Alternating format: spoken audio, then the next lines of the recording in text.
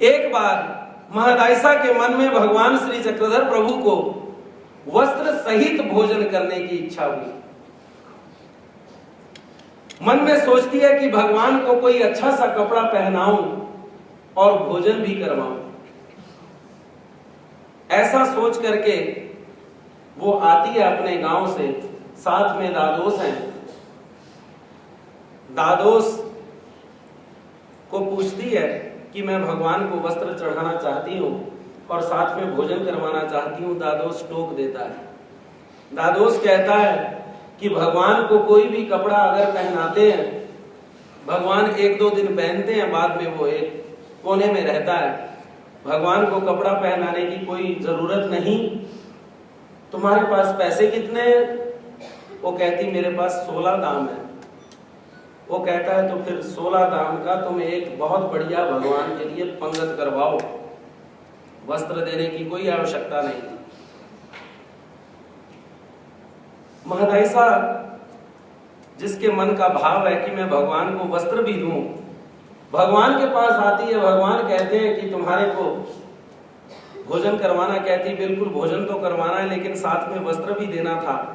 लेकिन दादोस ऐसा कहते हैं, भगवान कहते हैं कोई बात नहीं, तुम्हारे कपड़े की व्यवस्था हम कर देते हैं। भगवान कहते हैं कि तुम उसके पास जाओ, फला फला आदमी के पास, और उसके पास से तुम वस्त्र ले आओ। जाती है उस व्यक्ति के पास, उस माता को कहती है कि मेरे को भगवान को वस्त्र देना था। वो कहती है कि अभी अभी कोई आंध्रा से एक बहुत बढ़िया वस्त्र आया है, वो वस्त्र हमारे पास गिरवी रख गया है। कितने में? बोले 6 दाम में। अगर तुम चाहो तो तुम ये वस्त्र ले जाओ। मन में खुश होती है कि मेरी भावना जो है वो पूर्ण हो रही है, और वो वस्त्र लेकर के आती है, भगवान को पूजन करती है, भगवान को उपहार करती है और फिर अपने गांव चली जाती है। ऐसा आना जाना महदाइसा का हमेशा भगवान के पास बना रहा। उठ सुबह सवेरे में तेरा नाम ते आंदा रवा, हाथ जोड़ के प्रभु जी मैं तेरा सिमरण करदा रवा।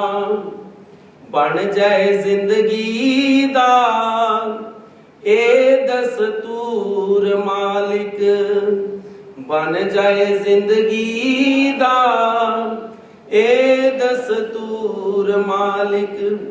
दस्तूर बन गया। अब वो हमेशा भगवान के पास आना जाना उसका लगा रहा। एक बार फिर महदाइसा को एक बहुत बड़ा प्रश्न आ गया।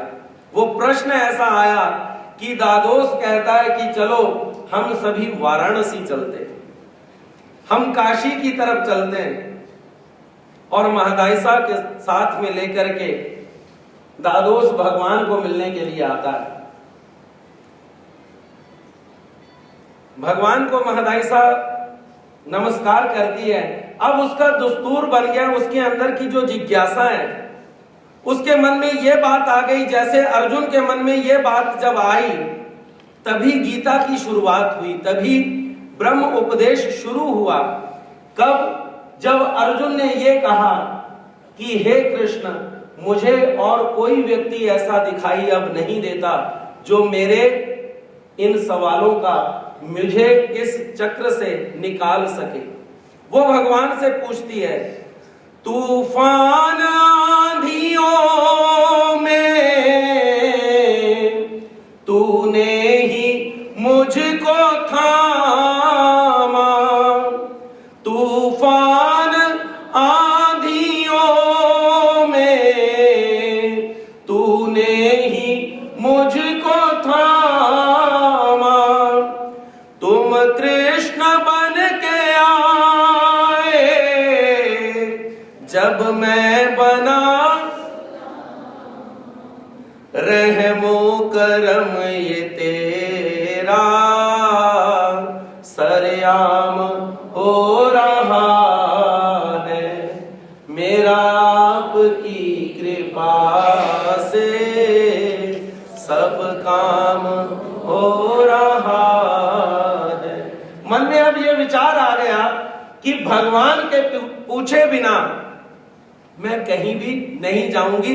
इतनी बुद्धि भगवान के ऊपर आ गई। उसका परिणाम क्या है, उसका कारण उसके पीछे किया गया वो जो भगवान को भोजन है। अधिकार धीरे धीरे बढ़ता है। भगवान को कहती है महाराज दादोस के साथ वाराणसी जाना चाहती हूं। भगवान उस समय भी महादायसा को कहते हैं महादायसा तीर्थ देवता ये अमोचक है। परमेश्वर का सन्निधान जो है वो मुक्ति देने वाला है। अगर तुम चाहो यहां पर रह करके सेवा दास्य करो। अगर तुम पुण्य को प्राप्त करना चाहती हो तो यहां का सेवा दास्य करो, यहां का सन्निधान करो, यहां की नजदीकता करो। महादायसा कहती है वही जवाब जो हम सबका है। महादायसा कहती है महाराज लोग क्या कहेंगे, ये कुल क्या कहेगा, ये सारे देखने वाले मेरे रिश्तेदार क्या कहेंगे कि मैं घर से निकली हूं वाराणसी के लिए, लेकिन अगर मैं यहां पर रुक जाती हूं तो मेरे को ये लोग, ये समाज और ये जो कुल है वो जीने नहीं देगा। भगवान वहां पर एक बहुत सुंदर दृष्टांत देते हैं। भगवान कहते हैं कि कोई एक लड़की है, दीक्षित कन्या है, ब्राह्मण की कन्या है, उसका मन अगर किसी दूसरी जाति की लड़के के ऊपर आया वो उसके साथ शादी कर लेती है और वो शादी करने के उपरांत इन्हीं तीनों ही चीजों को स्वीकार करती है।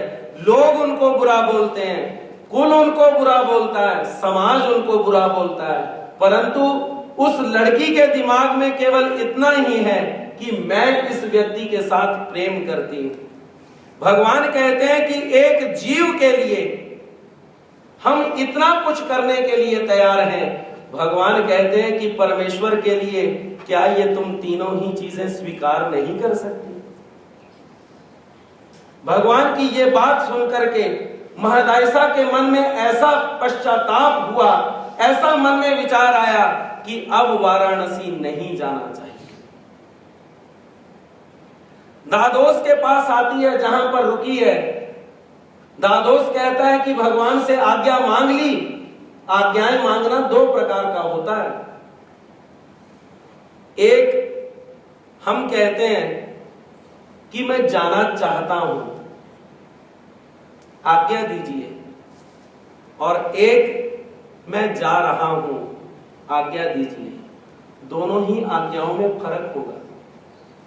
जाना चाहता हूं उसमें नहीं चाहता हूं यह भी आ सकता है। जा रहा हूं उसमें नहीं जाना नहीं हो सकता। जा रहा हूं इसका अर्थ यही है कि आप जा रहे हैं। जाना चाहता हूं उसमें अभी संभावना शेष है, आप बच सकते हैं। महादायसा कहती है कि मैंने भगवान से आज्ञा मांगी लेकिन भगवान ने मुझे आज्ञा नहीं दी। भगवान ने मुझे कहा कि नहीं जाना। दादोस कहता है कि भगवान का क्या है, भगवान तो कहेंगे ही, लेकिन तुम सोचो कि काल क्या कहेगा।